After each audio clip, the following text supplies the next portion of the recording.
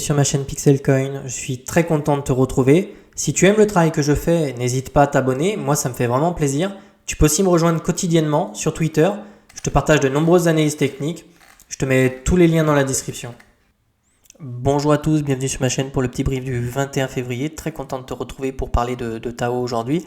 Je vois beaucoup de personnes sur Twitter qui me disent bon, c'est le moment de recharger, c'est trop bien Tao, ça va encore faire x10, c'est l'intelligence artificielle, est-ce que c'est le moment d'acheter? Écoute, dans cette vidéo, je vais répondre à tout ça. On va faire un petit peu l'analyse technique de Tao. Je sais que beaucoup de personnes le suivent. Alors, bien sûr, je ne vais pas pouvoir te faire une réponse toute générique comme ça en disant oui ou non, parce que déjà, il va falloir savoir dans quelle catégorie tu te situes. Est-ce que tu es plutôt un investisseur ou un trader? C'est quand même pas la même chose. Moi, je pense que je suis suivi sur YouTube par 90% d'investisseurs et peut-être 10% de traders, d'accord? Donc, on va commencer par te répondre à toi, l'investisseur. Donc, est-ce qu'un investisseur, il vient acheter un truc qui a fait 1200%? Non, l'investisseur, il va acheter un truc qui est bas et puis il va le revendre de plus haut. Donc là, par exemple, typiquement, l'investisseur sur Tao, il aurait aimé acheter ici, regarde, tu vois. Là, il y a une petite zone d'accumulation là qui a duré quand même un petit moment. Et au moment où on a cassé la neckline ici, tu vois, on a eu un signal haussier. On est dit focus, c'est bon, on part en run-up. Donc ici, l'investisseur, lui, il aurait voulu accumuler, donc il pose une somme importante. Il accumule dans cette zone-là où c'est tout plat, tout horizontal, où il n'y a pas eu de volatilité. Et puis il va commencer à prendre des profits lorsqu'il va voir de la volatilité, d'accord? Donc si tu as acheté ici, très bien, tu as été un très bon investisseur, tu as fait ça bien. Par contre, aujourd'hui, tu te demandes peut-être est-ce que je dois vendre, est-ce que je dois en racheter, etc.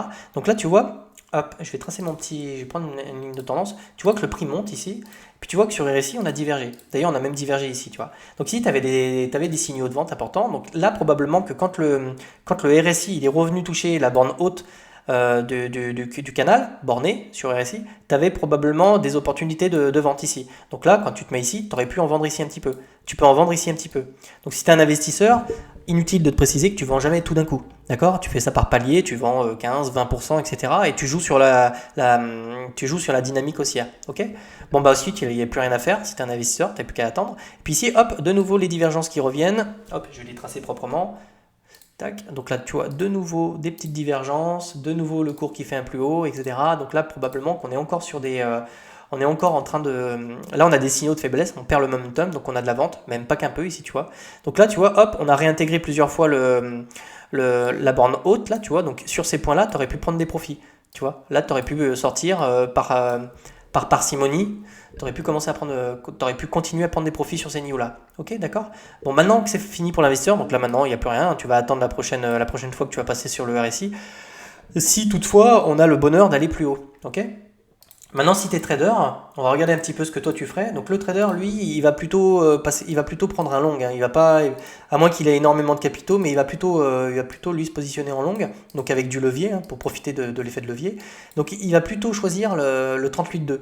Donc le 38.2, c'est un niveau clé en fait quand tu es en tendance haussière, tu n'es pas censé le péter. Donc là on est venu le péter, mais on a fait une structure derrière, on l'a réintégré. Donc toi, idéalement en fait, si tu te situes, si tu es un trader, tu aimerais d'abord voir un MACD qui commence à reprendre du momentum ici, tu attendrais qu'on repasse positif ici, d'accord?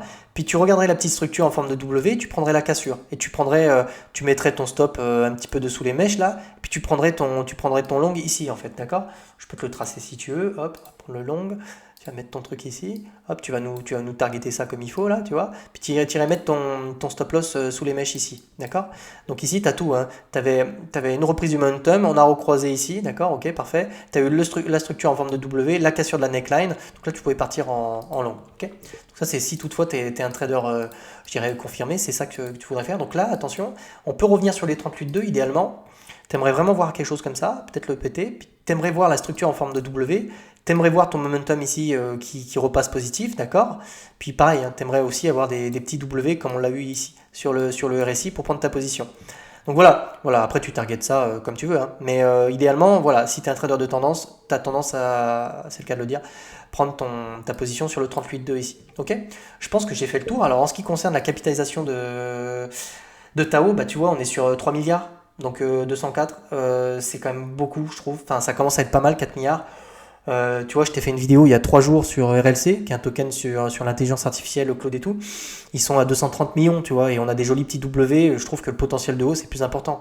Je te dis, Tao, il peut peut-être faire 10 milliards et il peut être dans le top 100 sans problème. Hein. Je te dis pas le contraire. Hein. Je dis simplement là, Est-ce que toi, en tant qu'investisseur, tu as envie d'acheter un truc qui a pris 1000%? Je sais pas. Si derrière, tu es prêt à encaisser un truc de moins 70%, moins 80%, bon, c'est un truc à se péter les deux reins, tu finis avec une greffe 3 jours plus tard. Je sais pas si c'est intéressant, tu vois. Quoi qu'il en soit, je pense que j'ai plutôt répondu à tes questions. Toutefois, si tu es un investisseur ou un trader, mets-le moi dans les commentaires. Je serais bien curieux de savoir un petit peu ton profil. Et puis bah, sinon, je te dis à la prochaine. Allez, ciao!